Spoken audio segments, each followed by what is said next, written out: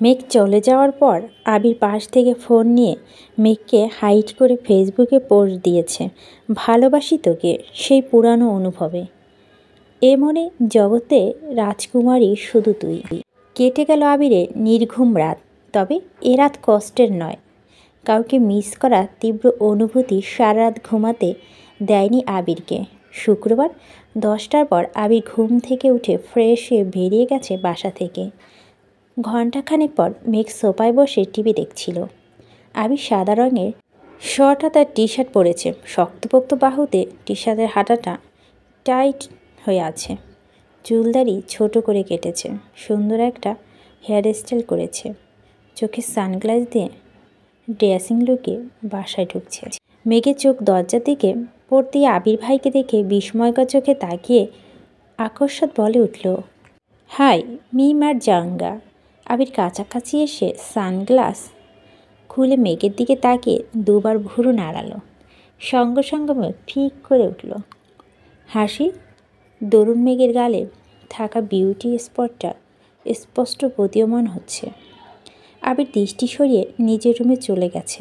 আবির ভাইকে দেখার পর আর টিভি দেখতে ইচ্ছে হচ্ছে না মেঘের।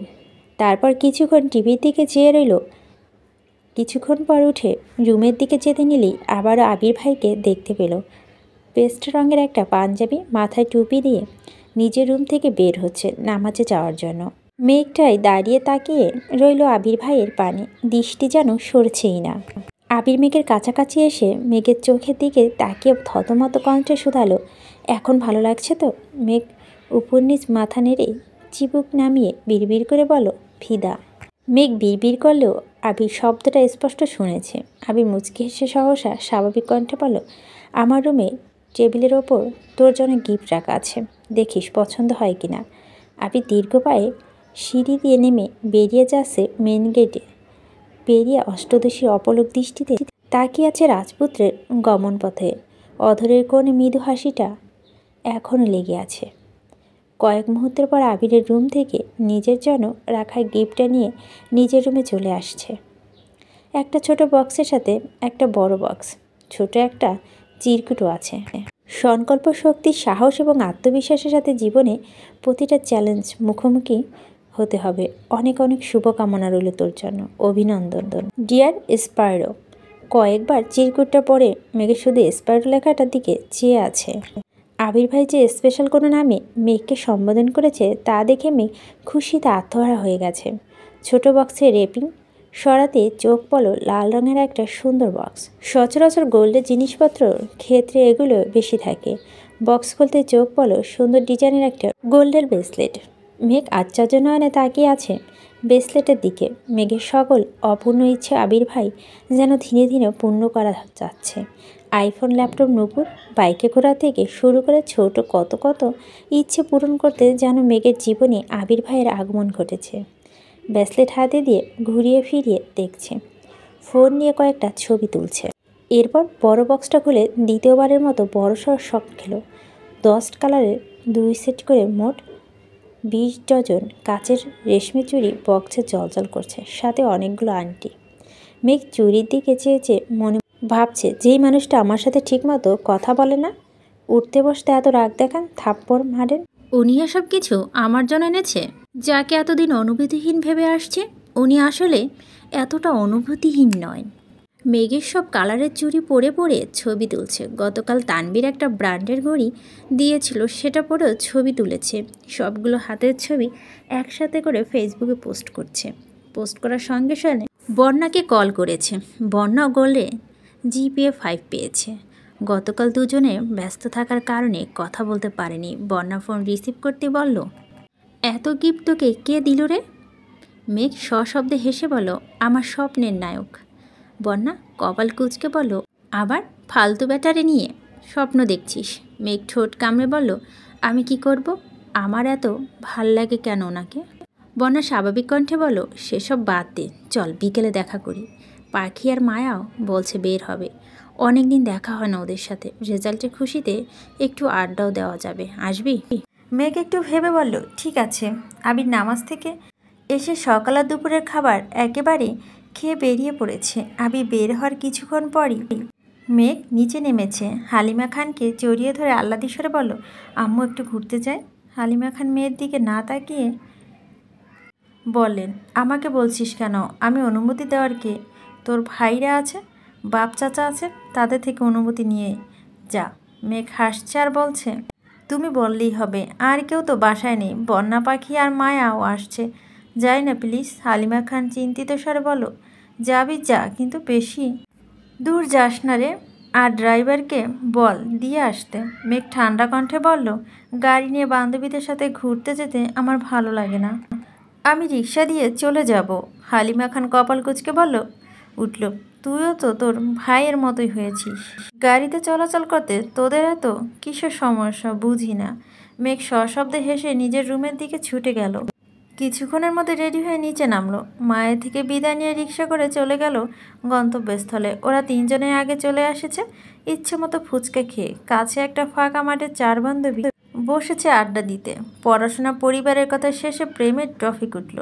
পাখি বিয়ে ঠিকঠাক, অ্যাডমিশন টেস্টের পরই খালাতো ভাইয়ের সাথে বিয়ে। এদিকে মায়ের বয়ফ্রেন্ড আছে, জগন্নাথ বিশ্ববিদ্যালয়ে পড়ে। তা মায়া মনে প্রাণে চেষ্টা করছে যেন জগন্নাথ বিশ্ববিদ্যালয়ে চান্স পেতে পারে। ধীরে ধীরে আবির ভাইয়ের কথা উঠল। মেঘ অবনীলায় আবির ভাইয়ের প্রতি নিজের অনুভূতি প্রকাশ করল। সব কিছু শুনে মায়া আকস্মাৎ বলে উঠল, আমার কাছে একটা প্ল্যান আছে। বাকি তিনজনে একসঙ্গে বলে উঠল, কী প্ল্যান? মায়া বলল, আমাদের মধ্যে কারো ফোন থেকে তোর আবির ভাইয়ের নাম্বারে কল দে, একটু ঢং করে কথা বলি, দেখবি ওনার মনে কি আছে। যদি উনি কাউকে পছন্দ করেন তাহলে সেটা প্রকাশ পাবে, সাথে ওনার ক্যারেক্টার সম্পর্কেও ধারণা হয়ে যাবে। মেঘ প্রথম দিকে রাজি না হলেও ওদের চাপে রাজি হলো। মায়ার নাম্বার থেকেই কল দিল আবির ভাইয়ের নাম্বারে। আবির ভাই চট্টগ্রাম থাকাকালীনই নাম্বারটা সেভ করেছিল মেঘ, কিন্তু কোনো দিনই কল দেওয়ার সাহস হয়নি। আজ মায়ার ফোনে আবির ভাইয়ের নাম্বারটা লেখার সময় মেঘের হাত কাঁপছিল। ডায়াল করলো আবির ভাইয়ের নাম্বারে। ভয়ে মেঘের হাত পা ঠান্ডা হয়ে আসছে। প্রথমবার রিসিভ হলো না। মায়া আর পাখি মেঘকে সাহস দিল। বন্যা নীরব দর্শক। সে চায় মেঘ ভালো থাকুক, সেটা আবির ভাইয়ের সাথে হোক বা অন্য কারো সাথে, যে মেঘকে ভালো রাখবে। দ্বিতীয়বার কল দিয়েছে, কয়েকটাবার রিং হওয়ার পরে রিসিভ হলো। লাউড স্পিকারে দিয়ে মেঘ রোমান্টিক মুডে ডাক দিল, জান। আবির কপাল কুঁচকে প্রশ্ন করল, কে? মেঘ ঢুক গেলেও আহ্লাদি কণ্ঠে বলল, আমি তোমার বউ। আবির মুচকি হেসে উত্তর দিল, হ্যাঁ জান বলো। মেঘ দাঁতে দাঁত চেপে বৃহৎ চোখে চাইল বান্ধবীদের দিকে। রাকিব ডেকে উঠল, কিরে আবির, কার সাথে কথা বলছিস? আবির উত্তেজিত কণ্ঠে বলল, আমার বউ কল দিচ্ছে, ডিস্টার্ব করিস না। মেঘ সহ বাকি তিনজনই হাঁ হয়ে চেয়ে আছে। মায়া কল মিউট করে মেঘকে কানে কানে কি বলছে। আনমিউট করে মেঘ স্বাভাবিক কণ্ঠে বলল, আই মিস ইউ জান। আবির নিঃশব্দে হেসে উত্তর দিল, আই মিস ইউ টু জান। কোথায় আছো বলো, আমি এখনই আসছি। আবিরের মুখে এমন কথা শুনে মেঘ তাজ্জব বনে গেল।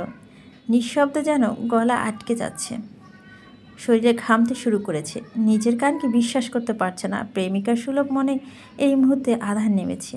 চেনা নেই, জানা নেই, আননোন নাম্বারে কোনো মেয়ের সাথে আবির ভাই এভাবে কথা বলবেন সেটা মেঘ ভাবতে পারছে না। মেঘ এক হাতে মাথা চেপে ধরছেন।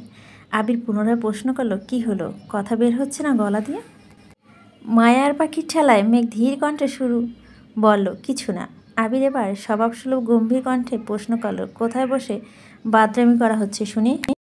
আবির ভাইয়ের প্রশ্নে মেঘ আরও বেশি আচ্ছান্বিত হলো।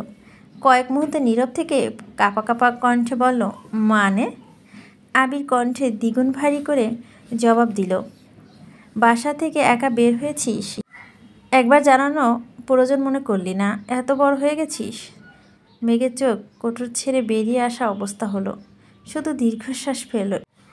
এভাবে আবির ভাইয়ের কাছে ধরা পড়ে যাবে এটা ভাবতেও পারেনি। লাউড স্পিকার অফ করে ফোন কানে ধরছে। মেঘকে নিশ্চুপ থাকতে দেখে আবির নিরেট কণ্ঠে বলল, যেখানে নিঃশ্বাসের শব্দ আমি তোর অস্তিত্ব উপলব্ধি করতে পারি, সেখানে তোর কণ্ঠ আমি চিনব না ভাবলি কীভাবে? মেঘ পাথরের ন্যায় বসে আছে। আবির ভাই কী বলছে তা কিছুই মাথায় ঢুকল না। সে যে ধরা পড়ে গেছে এটা ভেবেই লজ্জা মরে যেতে ইচ্ছে করছে। আবির ভাই কি না কি ভাববে। থাপ্পড় না দিয়ে বসে আবার। থাপ্পড়ের কথা মনে পড়তেই সঙ্গে সঙ্গে গালে হাত দিল মেঘ।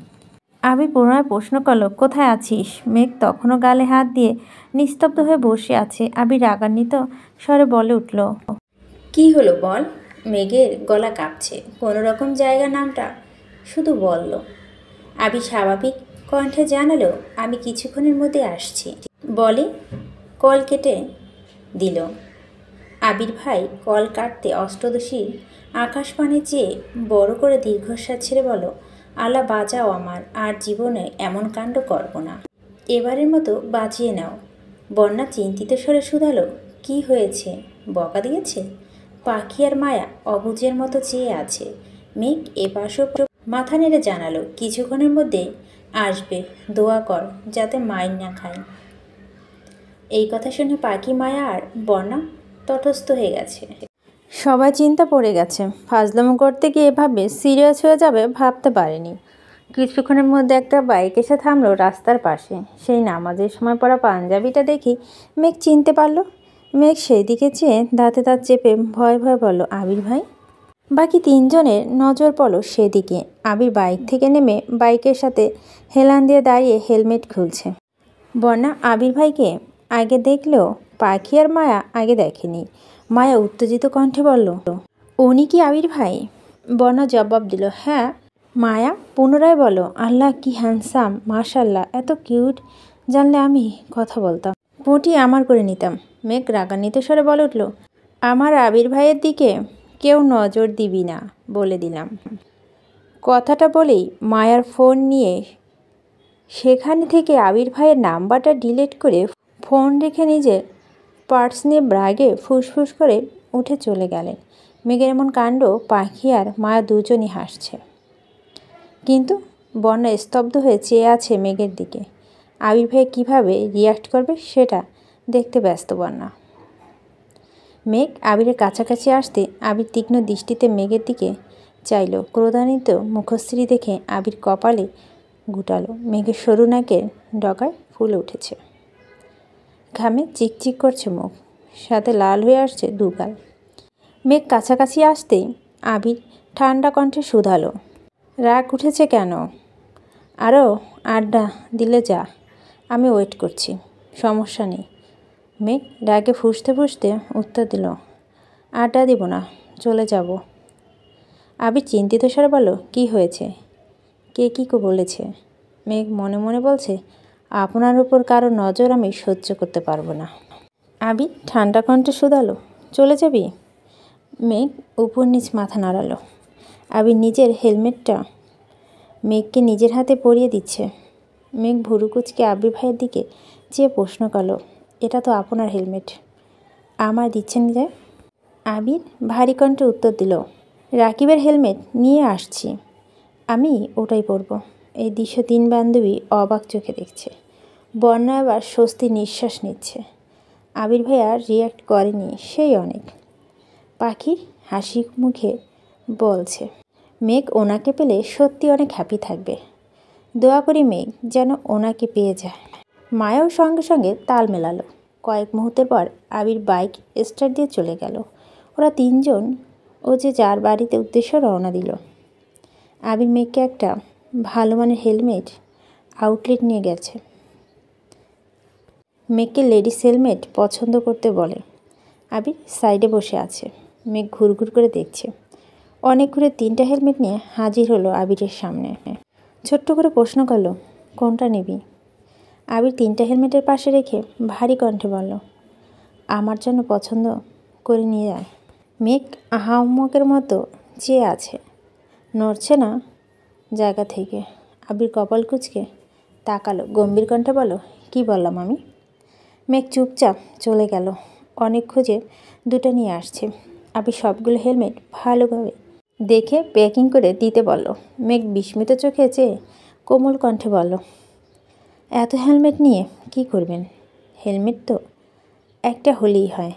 আবির চোখ রাঙিয়ে মেঘের দিকে চাইল। মেঘ সঙ্গে সঙ্গে চিবুক নামালো কপাল। মনে পড়ে গেল হিজাব কেনার ঘটনা। মনে মনে বলছে, কি মানুষ রে বাবা। আমি কনফিউজ হয়ে ওনার কাছে এনেছি আর উনি পছন্দ না করে সবগুলো নিয়ে নিলেন। আমি যদি জানতাম উনি 5টা নেবেন তাহলে আমি 2টা হেলমেটই বেছে নিয়ে আসতাম। হেলমেট কিনে বের হয়ে আবির ভারী কণ্ঠে শুধালেন, কাচ্চি খাবি? মেঘ স্বাভাবিক কণ্ঠে উত্তর দিল, হাবি যাবি অনেক কিছু খেয়েছি, এখন আর কিছু খেতে ইচ্ছে করছে না। আবিরও আর কথা বাড়ালো না।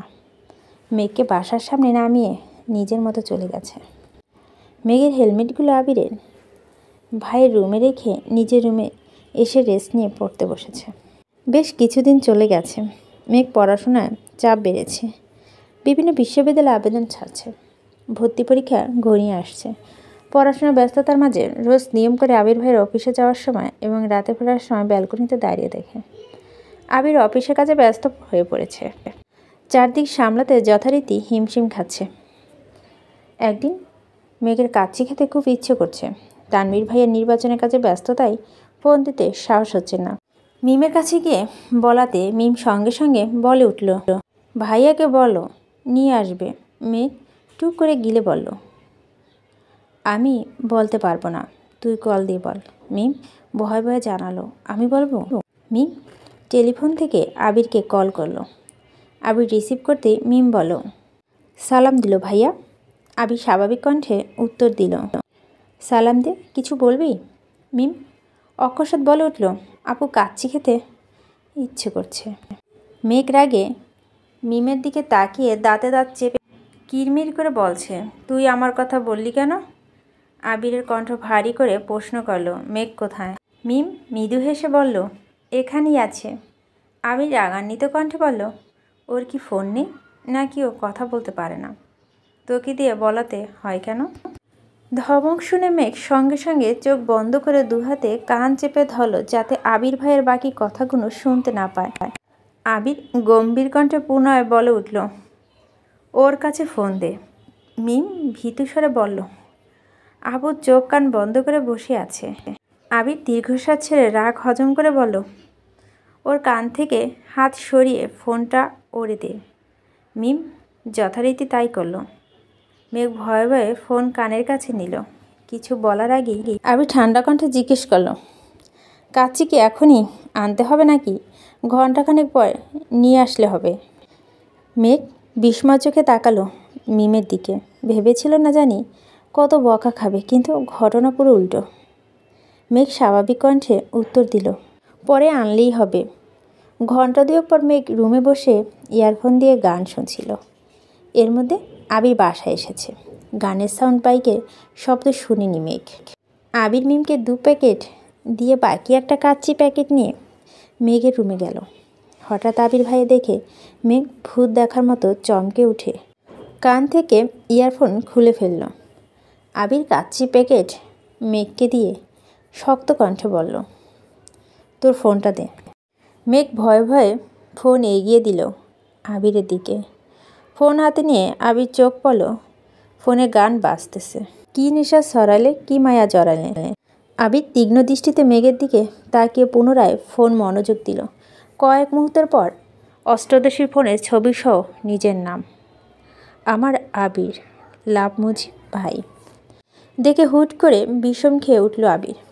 কাশতে কাশতে বিছানার পাশে বসে পড়েছে। মেঘ আতকে উঠে শুধালো, কি হয়েছে আবির ভাই?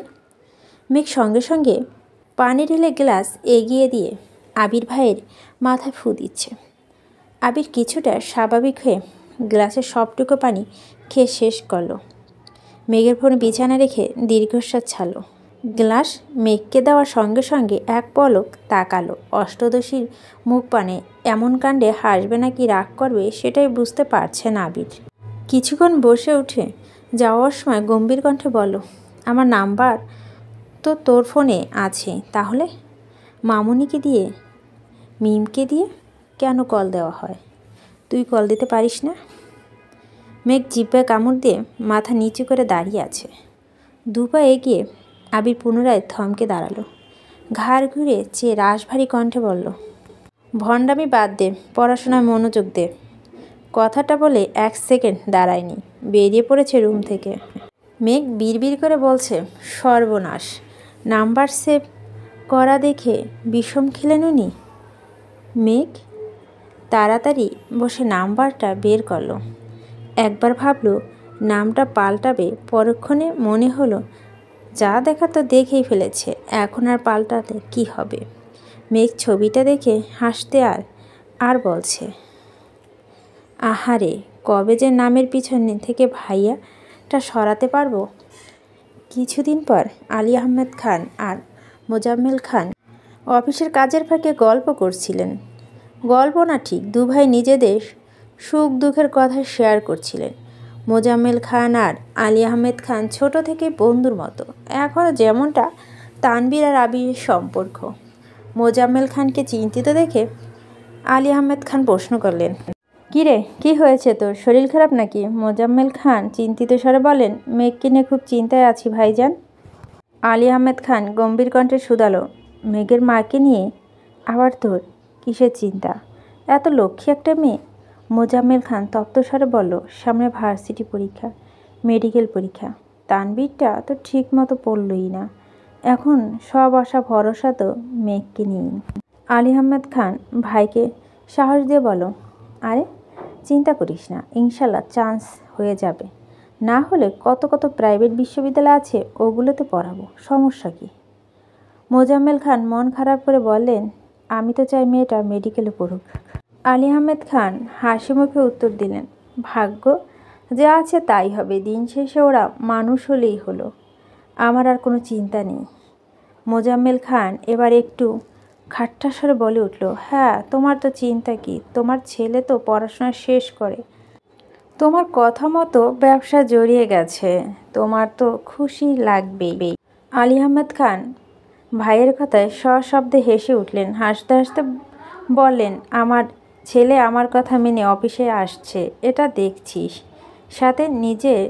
সাথে নিজের মর্জি মাফিক কোম্পানি শুরু করেছে, বাইক কিনলো, রাত বিরাতে বাড়ি ফিরে নিজের মতো চলা, এগুলো নিয়ে তো কিছুই বললি না। সেসব কথা বাদ দে, আমার ছেলে আর তোর ছেলে বলতে কিছু নেই, আমি যেমন মিলেমিশে আছি, আমি চাই আমাদের সন্তানরাও সারা জীবন মিলেমিশে থাকুক। মোজাম্মেল খান হাসি মুখে উত্তর দিলেন, দোয়া করি তাই যেন হয়। এরকম আবির দরজার সামনে দাঁড়িয়ে বলো, আসবো? আলী আহমেদ খান তাকিয়ে বলো, হ্যাঁ আসো। তোমাকে কতদিন বলছি আমার রুমে আসতে অনুমতি নিতে হবে না।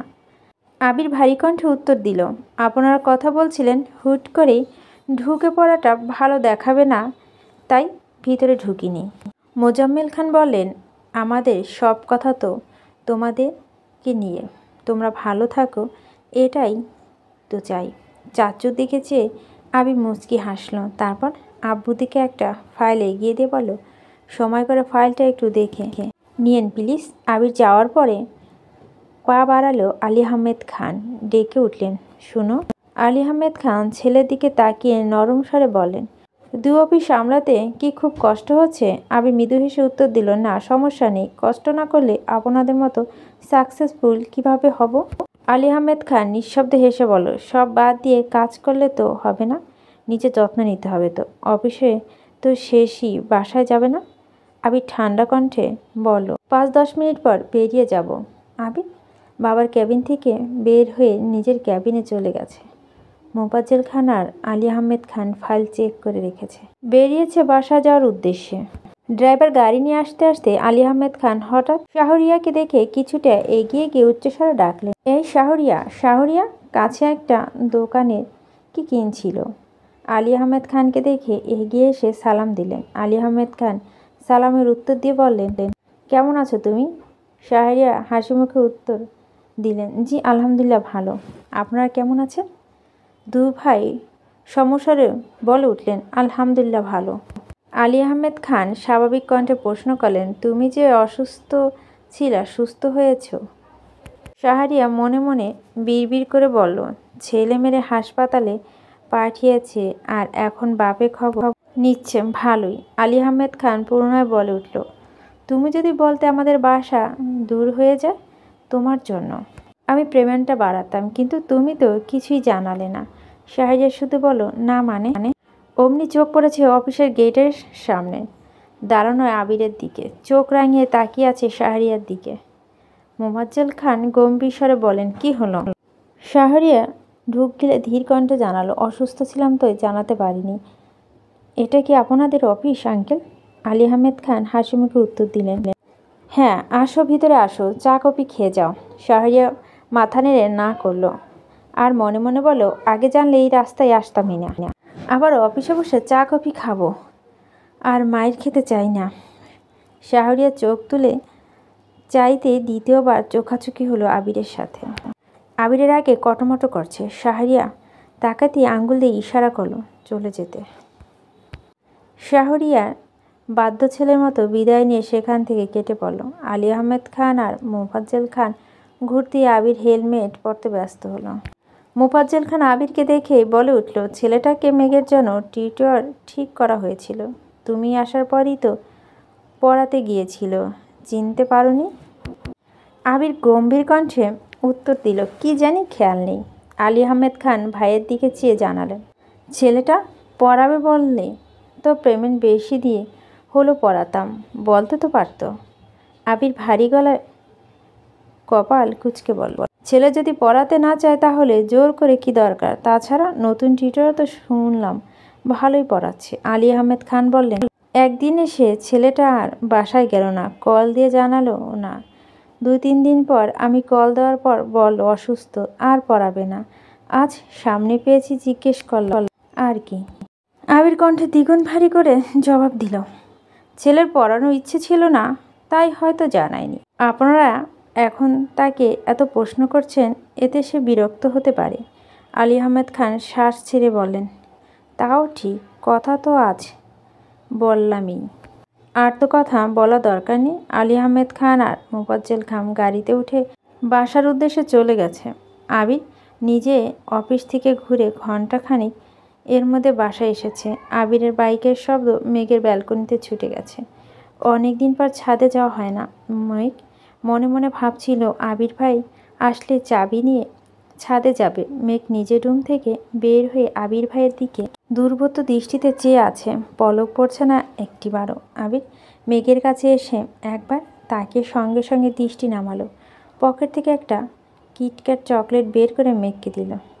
মেঘ চকলেট নিয়ে মাথা নুয়ে মুচকি হাসলো, নিজেকে স্পেশাল কেউ মনে হচ্ছে। আবির চলে যাচ্ছে, তৎক্ষণাৎ মেঘ মনে পড়ে গেল চাবির কথা।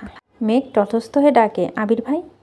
আবির রুমের দিকে যেতে যেতেই উত্তর দিল, হুম। মেঘ একগাল হেসে বলে, ছাদে যাব, চাবিটা কি দেওয়া যাবে? আবির গুরুভাব কণ্ঠে বলো, নিয়ে যায় এসে। মেঘ দ্রুত নিজের রুমে গিয়ে চকলেটটা লুকিয়ে রাখে মোবাইলে নিয়ে বের হলো। আদি চকলেট হোক আর চিপস যা পায় সবই খেয়ে ফেলে। এজন্য মিম আর মেঘ প্রিয় জিনিস বা খাবারগুলো লুকিয়ে রাখে যাতে আদি না নিতে পারে। মেঘ চাবি দিয়ে তালা খুলে ছাদে চলে গেছে। বিকেলের রোদ গাছে থাকা ফুলগুলো জ্বলজ্বল করছে। ইদানিং প্রতি রাতেই বৃষ্টি হয়, কিন্তু দিনের বেলায় তা রেশমাত্রই থাকে না। মেঘ কয়েকদিন গাছের পাতা আর অবাঞ্ছিত ডালপালা কেটে হাত ধুত ছাদে হাঁটছিল। 10-15 মিনিট পর আবির একটা সেন্টু গেঞ্জি আর লুঙ্গি পরে ছাদে আসছে। আচমকা আবির ভাইকে দেখে কিছুটা ভয় পেয়েছে, তবে দেশে ফেরার পর এই প্রথমবার আবির ভাইকে লুঙ্গি পরা দেখে মেঘ দাঁত কেলিয়ে হেসে উঠল। হাসি যেন থামছে না, বরং হাসির তীব্রতা ক্রমশ বেড়ে যাচ্ছে। আবির কপাল কুঁচকে তাকালো। আবিরের চাউনিতে মেঘ চিবুক নামিয়ে মুখ হাত চেপে হেসে যাচ্ছে। আবির কপাল কুঁচকে প্রশ্ন করলো, এভাবে হাসছেন কেন? মেয়ের সরল স্বীকারোক্তি, আপনাকে দেখে হাসি পাচ্ছে। আবির বিরক্ত হয়ে বলল, এভাবে হাসছিস যে? তোর তারা না ধরবনে। আকস্মাৎ মেঘের মুখ বন্ধ হয়ে গেল। ঘাড় ঘুরিয়ে এদিক সেদিক তাকিয়ে দেখছে। মেঘের কাণ্ড দেখে আবির মুচকি হেসে ছাদের কর্নারে সিঙ্গেল সোফায় গিয়ে বসে পড়েছে। সূর্যের আলো ধীরে ধীরে কমতে শুরু করেছে। মেঘের সঙ্গে সঙ্গে চুল বেঁধে মাথায় ঘোমটা টেনে ধীর পায়ে আবির ভাইয়ের কাছে গিয়ে দাঁড়িয়ে পড়েছে। আবির ফোনে কথা বলছে আর মেঘ ছাদের রেলিং ঘেঁষে দাঁড়িয়ে এক দৃষ্টিতে আবির ভাইকে দেখছে। প্রথম থেকে হাসলো, এখন মেঘের ভালোই লাগছে। শক্তপোক্ত উন্মুক্ত বাহু দেখে মনে হচ্ছে জিম করে এমন বডি বানিয়েছে। প্রশস্ত বুকে লোমগুলো হালকা হালকা দেখা যাচ্ছে।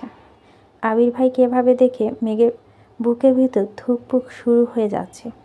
আবির ভাইয়ের হাতে মেহেদি দেওয়া থাকলে এখন নতুন জামাই লাগতো।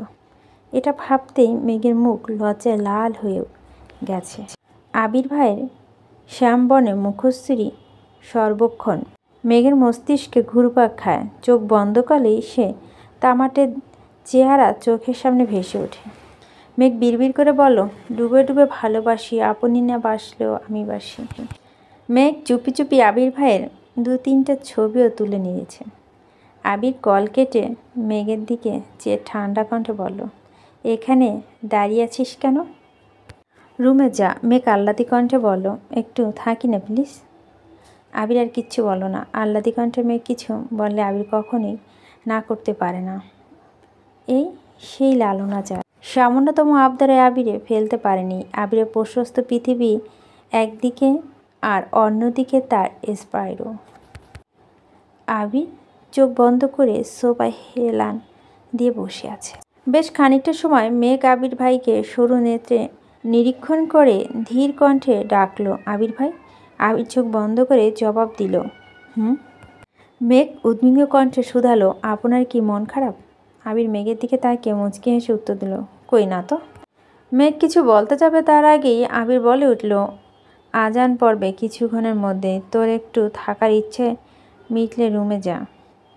মেঘ বাধ্য মেয়ের মতো চুপচাপ রুমে চলে গেছে। আবির মনে মনে বলছে, আমি তো তোর সাথে জীবনে প্রতিটা সূর্যোদয় সূর্যাস্ত দেখতে চাই। তার জন্য অনেক ঝড়ঝাপটা পোহাতে হবে। যাই হয়ে যাক, একদিন তোকে আমার করে নিবই ইনশাল্লাহ। গল্পের অংশটি ভালো লাগলে অবশ্যই লাইক, শেয়ার, কমেন্ট করবেন। আপনার মূল্যবান মতামতটি জানাবেন।